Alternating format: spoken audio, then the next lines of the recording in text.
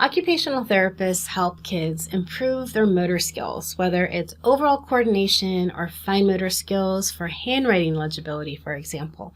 We also work on sensory processing, self-regulation, social skills, and play skills. Another area that we help with is called executive functioning, and this is higher level cognitive skills. So not just book learning or academics, but the skills that support academic skills. So being able to pay attention, being able to focus, being able to organize, sequence, and follow multiple step directions. These are called executive functioning skills.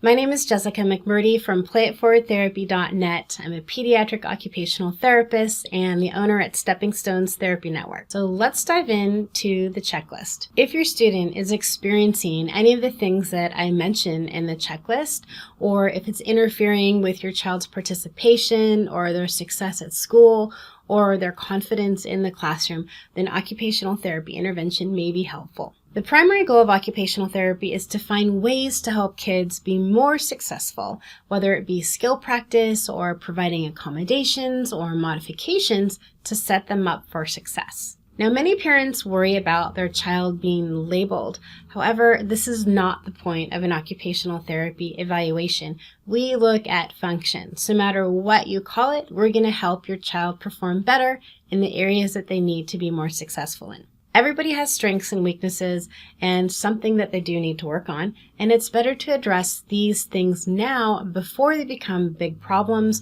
before they become worse, or before they start affecting your child's self-esteem. So if you think there's a problem, my advice to you is, when in doubt, check it out. You want to equip your child with the tools that they need now to feel more competent and confident at school and also for the future. So how do I know if my student needs occupational therapy or OT services? Let's go through a couple things to be on the lookout for. First of all, does your child seem less coordinated than peers of their same age?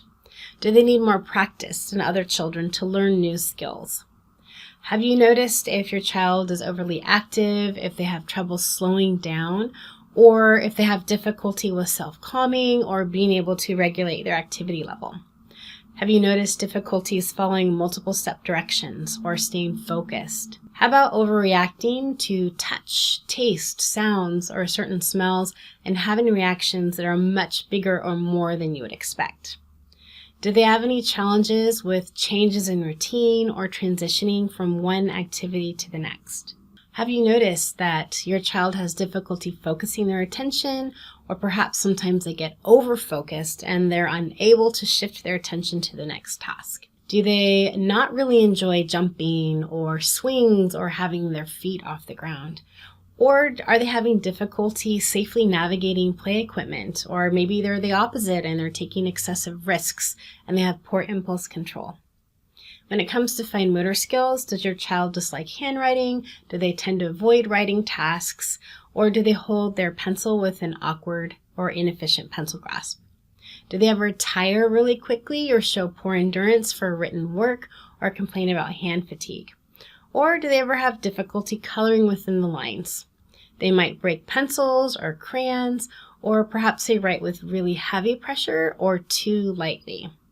If you notice any letter reversals for first grade and beyond, this is also something to keep track of. Have you found that your child finds it difficult to make friends with peers of the same age?